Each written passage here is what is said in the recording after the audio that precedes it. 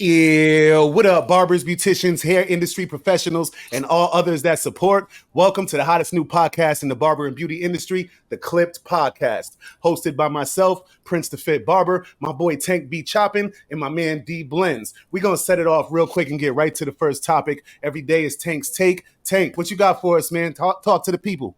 Man, so check it out, man. You know, as a barber, I think a lot of people become barbers, and we see this a lot of time on social media is we want to become barbers because we think like, oh, I want to be my own boss. I want to create my own schedule. I want to be able to leave the shop whenever I want, right? And there ain't nothing wrong with that. You know, I know a lot of times, that kind of played a factor for me also when I became a barber. You know, I wanted to be able to make my own time and leave when I wanted to and, things of that nature, right? We've all done it. But my real question today on Tank's Take is, who is really the boss of the barber? And what I mean by that is, if you don't own the barbershop, you have a barbershop owner, right? So there's certain rules and regulations that you gotta kind of follow. You know what I'm saying? So with that being said, and then if you're a barber, a lot of times you're paying booth rent, or if you are paying booth rent, this is you're a contractor. So yes, technically you still are your own boss, but you still got to follow these rules and regulations, right? Also, we got to take this in consideration. Also, is your clients. If you mess up your client's haircut, your client can fire you. Am I right? That's a fact. Right. All right, your client can fire you and say, hey, you're no longer my barber. So, Prince, we're going to ask you first. I want to know, who do you think is actually the boss? You know, are barbers the boss? Is it the shop owner or is it the clients? Yo, I never even pondered on these questions before. So, quick take. Let's see, man. Because I've been all of those. I am a shop owner. I've obviously been a barber in other people's establishments. I've been on commission. I've been the traveling barber, where really you're definitely not the boss if you're the traveling barber, I feel like. You know what I mean? So, actually, now that I said that, that's what it would depend on. It would depend on like what avenue you take, because the traveling barber is definitely not the boss. You feel me? And the guy that works in someone's shop and is new to the game, like maybe the apprentice, maybe fresh out of school, he's definitely not the boss. Yeah.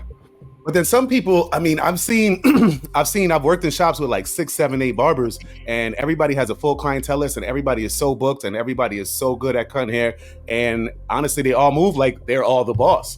And they treat clients like they're the boss. They even treat the owner like they're the boss, because the owner don't want none of them to leave. So, man, that's a great question. And I don't know, it depends on what avenue you are in the game, I guess. Okay, D, what are your thoughts on this, man? Because once again, man, barbers, we become barbers because we want to make our own hours. We want to be our own boss. That's something we hear all the time in the barber game. Like, oh, I became a barber because I wanted to make my own hours, stuff like that. So what do you think is if you're doing booth rent and you're working in someone's shop, who's the boss? Are you the boss because you create your own hours? Is the shop owner the boss because he's the one that has rules and regulations? Or is the client the boss? In my opinion, I'm gonna have to piggyback on what Prince said. It depends on what avenue you're taking first. And if you are just in a barber shop, if someone hired you and can fire you, that means you aren't the boss. If they can get rid of you at will, that means you aren't the boss. They're your boss. And they may have a boss, which would be the landlord. They can, get them out of the lease whenever they want. So it depends on what avenue you're taking, if you're the boss or not. And also it would depend on, some people look at booth rent, I'm my own boss. Commission, you're the employee because you get a W-2 or whatever it may be. But I'm gonna go off of what Prince said. It's the same thing as if you are a traveling barber and your clients fire you, you definitely ain't your own boss. And if you hired at a shop, how can you be your own boss if someone hired you? All right, well, let me ask you the question. I know you got a suite. So do you have a boss or are you the boss? Who's the boss in the suite? My boss's name is Moji. He owns the building. Okay. And his boss is the landlord. So how do you be a boss in the barber industry then? Who can be a boss? How do you become a boss in the barber industry? So that's how. If you're considering yourself being in the suite, you're still not the boss. Then how do you be a boss in the barber industry? I believe a shop owner or a suite owner is technically a boss, but at the same time we have shop owner that owns probably how you stated it, probably shop owner that owns the building. When I was working in the shop in Texas, Erica, who owned the shop, she was my boss. She was the boss of that barber shop. But of course she has a boss. It's like, they say everybody has a boss. Everybody has somebody who's over them. So how do you become a boss in the barber industry? Jay Majors is a great example. He's definitely a boss. Shop owners, Prince, you own a shop. You are a boss. I own I own a suite, so I would consider myself a boss. But at the same time, like I said, I still have a boss. But I'm a boss. Hold on. But So, that's why I asked you that, hold on, because you just hold go on, ahead, Prince. Tank. I don't mean to cut you Go off, ahead, but so go ahead, Tank. D is saying everybody's a boss, but I can't be a boss because I just work in someone else's barbershop. I'm just asking. No. That's not what I'm saying. No, look. No, go ahead. It's different based off of what you're doing. Because in your own right, in your own lane, you can be a boss based off of you the boss of clipper unboxings. Okay. You know, like you can So you can be a boss. it's a mindset. It's a mindset When I think thing. of who page should I go to see what clippers is out, what clippers came out, I'm gonna think of Tank Be Choppin. So you the boss when it comes to clipper There you go. unboxing. So it's a mindset thing. His charisma is just everybody know. Prince is with the charisma. He may be the boss of charisma. Big Blends may be the boss of motivation. So everybody can be a boss in their own right. Got you. So feels sound like he's saying it's a mindset thing, Tank. So that's what I was saying when you were saying you was like Prince is a boss because he owns a shop, and then you are technically a boss because you own a suite. But I'm saying there's no technically about it unless I own the building, because we in the same exact position. Me owning a shop, you owning a suite. I feel like the only difference, I mean, I own a suite as well. I'm in it right now. I feel like the only difference would be, because I own both, that's how I feel, is like the only difference would be is that I could hire somebody you can't, but it's still a business, still LLC, still running the same. I still got a landlord because I don't own the building. You feel me? So whatever my landlord could terminate our lease for, whatever your landlord could terminate your lease for, my landlord could terminate my lease for. So you just as much as a boss as I am in a suite if I'm owning the shop. Only difference is I could hire and get some help. If anything, shit, you more of a boss, you doing it all on your own. Well, that was just me being humble. Yeah, so I want to I want to add a little bit to this. I wanted to say it earlier, and I'm doing it all on my own because I can't find no good help. So I'm a boss too. I think as barbers, man, we put too much on being a boss, right? Like being the boss, so I run things, right? Well, there's nothing wrong with that. I mean, I get it. You know, everyone wants to be, not everyone, but a lot of people want to be a boss when it comes to, you know, running a business, right? But I think when you're a business owner, you have a lot of bosses, right? For instance, me, like, yes, I work in a barbershop, but I'm a business owner. I own Tank Be Choppin. My wife and I own Tank Be Choppin, right? That's what we are running, right? But so my boss is obviously my wife. You know, she's one of my bosses, right? But then the shop owner is also my boss because he sets rules and regulations on what I can and can't do at the shop. Now, mind y'all, he's not one of those owners that, oh, you got to be here at this time, you got to do X, Y, and Z. He gives us leniency, but being a boss also lets me know that I have to do things in the shop because that's what bosses do, right? If something happens in the shop, I don't call him and be like, hey, the lights went out, we need to fix them. No, we figured out a way how to fix the lights. Oh, we just got to go get some more light bulbs, right? The restroom needs cleaning, things like that. That makes you a boss. And then also, I want to say is I think that our clients are also our boss because our clients technically can make our schedule. Once again, I know a lot of barbers get into this game because they want to create their own schedule and be their own boss. But when it comes to barbering, in the beginning of your barber career, there's going to be a lot of times when you don't want to cut hair, but they calling you talking about, hey, it's 8:30 at night. Can you cut my hair? Now, if you're really trying to build that clientele, what are you going to do? You're going to go cut some hair. You're going to come in early on Saturday because you've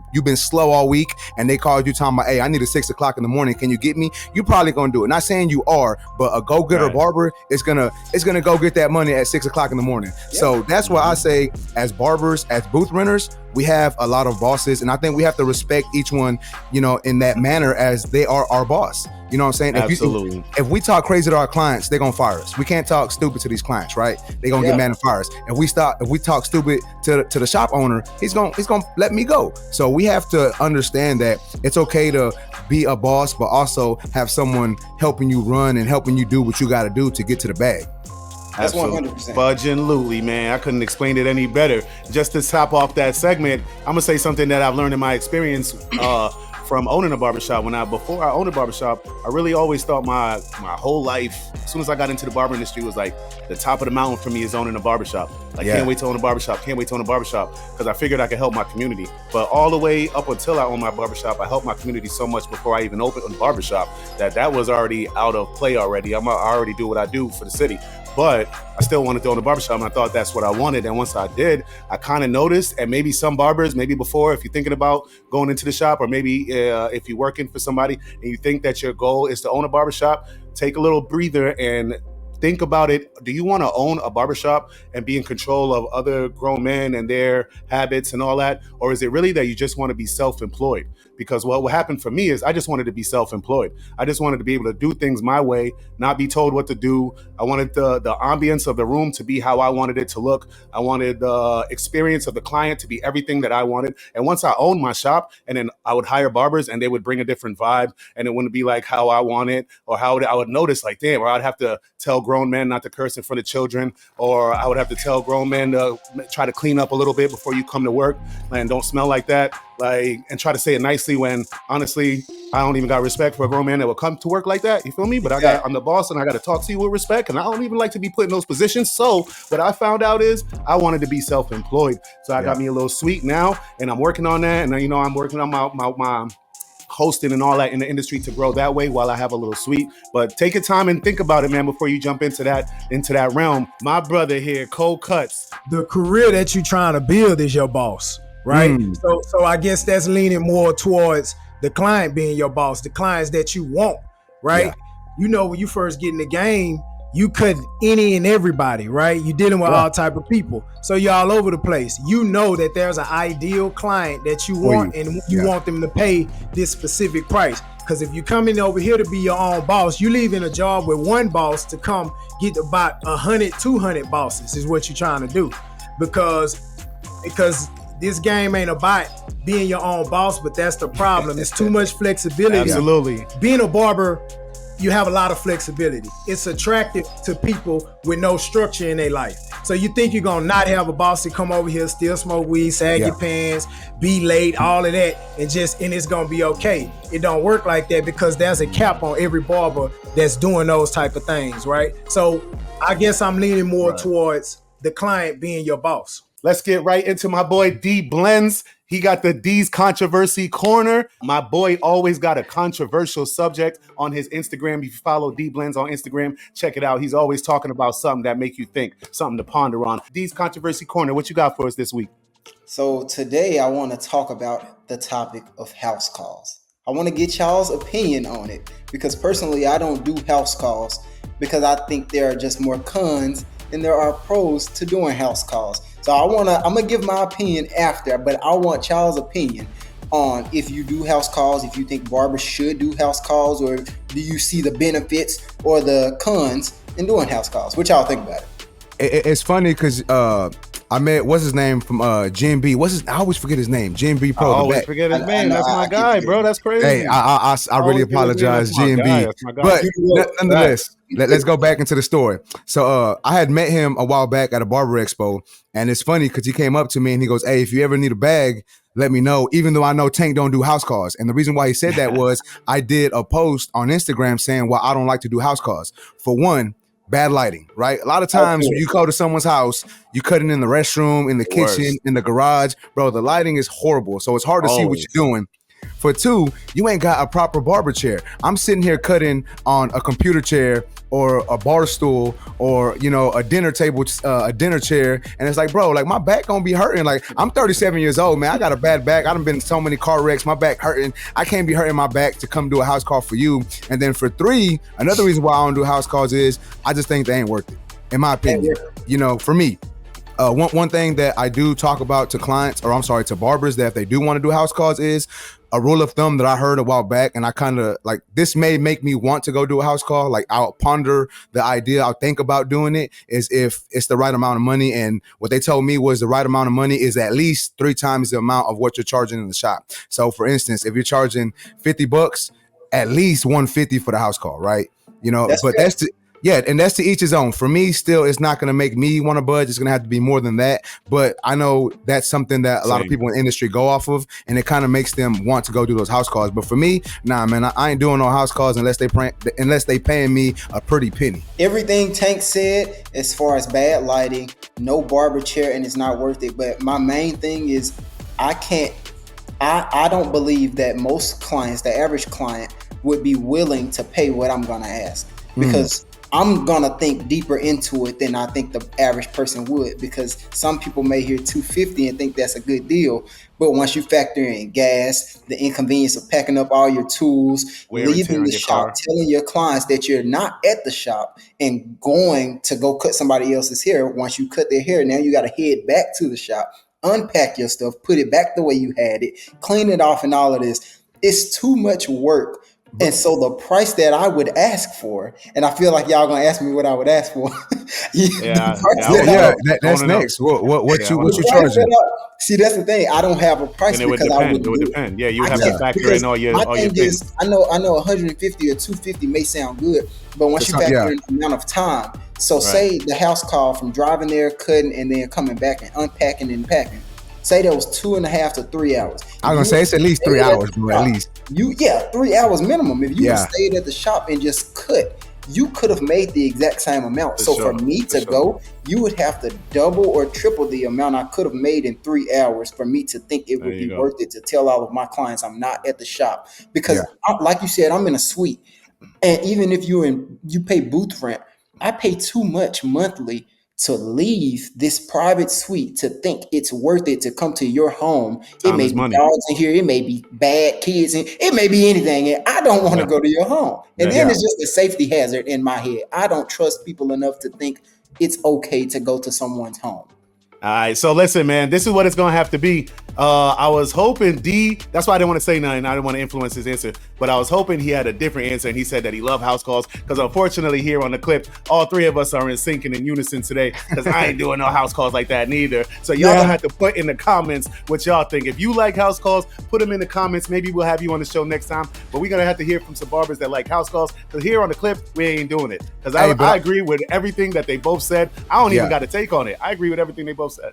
Hey, but I'm not gonna lie, man. I've done house calls before. It's just not something that I like to do. You know what I'm saying? Like I said, it was bad on my back. Like I said, I'm 37 years old, man. My back hurting. I can't be hunched over a chair trying to cut for too long. But all that, every answer y'all said is my answer. So that's why I was like, I don't even have to repeat it and waste no time. Like even what Dee said with the what it's worth, it sounds crazy to some. Let's say we said 500 in a 3 hour span. Sound crazy to some, right? But honestly, bro, like 3 hours at a barbershop, if you charging good 50, I'm out. If you're charging good money, I got clients that give me $125 tip sometime, or sometime I get $150. I can cut 3 of them in way less than 3 hours. Yeah, way less than 3 hours. You get the same amount of money. And I didn't get out of my routine. I didn't get out of my comfort zone. I didn't get out of I can give them the experience they want because they came to me, as opposed to like these guys said, maybe there's kids, I got to dodge that bullet. Lighting, I got to dodge that bullet. Seating, I got to dodge that bullet. Too many obstacles that I might not know exist in their home. Like here, I'm comfortable. I didn't have to leave. I still made the same amount of bread. I might could make some videos in here.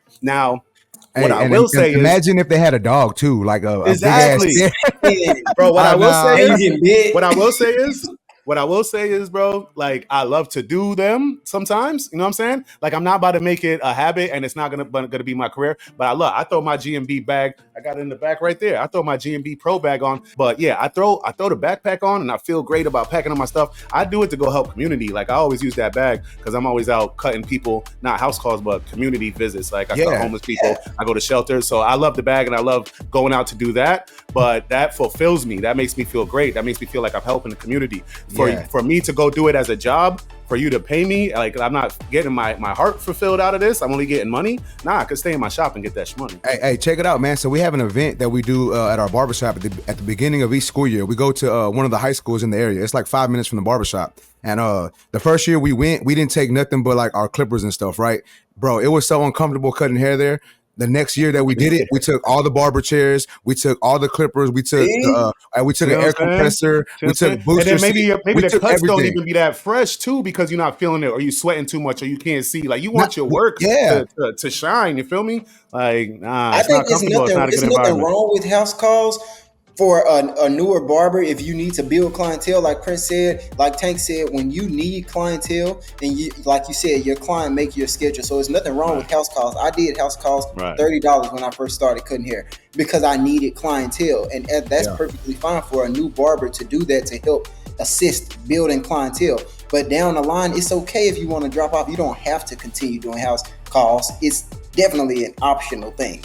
Yeah, absolutely, man. And like I said, every now and then it's fun. Maybe somebody will pay that price and you run up in there. Or maybe one of your boys, he living good. So he got a nice balcony overlooking the beach. You're going to make some content and it's your boy. So y'all going to chill and maybe sip a beer and and enjoy the view of his scenery and make some content and have fun, I do that all the time. Like, that's beautiful. Or go see somebody at a wedding or something and cut up everybody, make a whole bunch of bread, make some content, get something out of it. But as far as for like my career of just running in house calls all the time, hell to the nah, man. That's how we feel here on the Clipped. And we're going to get right into the next segment. We're asking my brother here, Cole Cutz, which one do you think is going to get ahead in the game faster? The barber that focuses on his neighborhood to build his clientele, or the barber that focuses on the rest of the world, social media, celebrities, running around doing house calls? Stability in the shop or running around in the world trying to chase dreams? Which one is more beneficial to a barber? Cole, can we have your opinion on the Clipped?